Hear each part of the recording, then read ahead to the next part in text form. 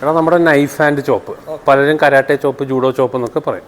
ഉദ്ദേശം നമ്മുടെ ഈ പാഡിങ് ഉള്ള സൈഡ് വെച്ചിട്ട് ചോപ്പ് ചെയ്യുക, അതാണ് ഈ പിച്ചാത്തി ചോപ്പ് ചെയ്യുന്നത്. അപ്പോൾ ഇതിൻ്റെ ഉദ്ദേശം, ഇതിൻ്റെ ടാർഗറ്റ് എവിടെയൊക്കെയാണ്? ഒന്ന് നമ്മുടെ കഴുത്തിൻ്റെ സൈഡിൽ. അപ്പോൾ കഴുത്തിൻ്റെ സൈഡിൽ അടിക്കുമ്പോൾ എന്താ പറ്റുന്നു, ഇവിടുത്തെ ഞരമ്പ് രക്തോട്ടം നിൽക്കും, ആൾ ബോധം പോവും. മനസ്സിലായി? നമ്മളിപ്പോൾ ഒത്തിരി സൈസുള്ള ഒരാളെ അടിച്ച് വീഴ്ത്തണമെന്നൊക്കെ പറഞ്ഞാൽ ബുദ്ധിമുട്ടാണ്. ഏകദേശം സിമിലർ വെയിറ്റ് ഒക്കെ ഉള്ള ഒരാളെ നമ്മൾ അടിച്ചു കഴിഞ്ഞാൽ വീഴ്ത്തും. ഇതാണ് ആദ്യത്തെ ടാർഗറ്റ്. രണ്ടാമത്തെ ടാർഗറ്റ് എന്ന് പറഞ്ഞാൽ നേരെ ഈ ആംഗിളിൽ വെച്ച് കഴിഞ്ഞാൽ നമ്മുടെ നോസിൻ്റെ പാലം ഒടിക്കാം. ഇതേ സാധനം നമുക്ക് ഇവിടെ ടെമ്പിളിലടിക്കാം, ചെവിയുടെ താഴെ അടുത്തടിക്കാം, ബോധം പോവും.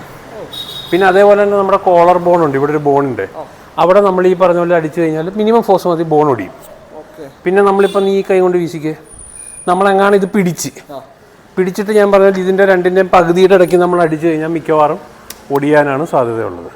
ലാസ്റ്റ് എന്ന് പറഞ്ഞാൽ ഇതേ സാധനം നമ്മൾ ഈ ബൈസെപ്സിൻ്റെ അടിക്ക് നല്ല ഫോഴ്സിൽ അടിച്ചു കഴിഞ്ഞാൽ കുറച്ച് നേരത്തേക്ക് ഒരു നല്ലൊരു പെയിന് പോലെ അല്ലെങ്കിൽ ഒരു കഴപ്പ് പോലെ ഫീൽ ചെയ്യും. ഇതേ സാധനം നമ്മൾ മാറിയിട്ട് ഇതേ ഇപ്പോൾ ചെസ്റ്റിൻ്റെ നടുക്കൊക്കെ അടിക്കാം, പക്ഷെ അതത്ര എഫക്റ്റീവ് അല്ല. കാരണം പോയിൻറ്റിങ് അല്ലെങ്കിൽ നമ്മൾ ഈ പറഞ്ഞാൽ ഇങ്ങനെ കൈ ചുരുട്ടി വെച്ചിട്ട് കയറ്റണം. ഇതാണ് നൈഫ് ആൻഡ് ചോപ്പ്.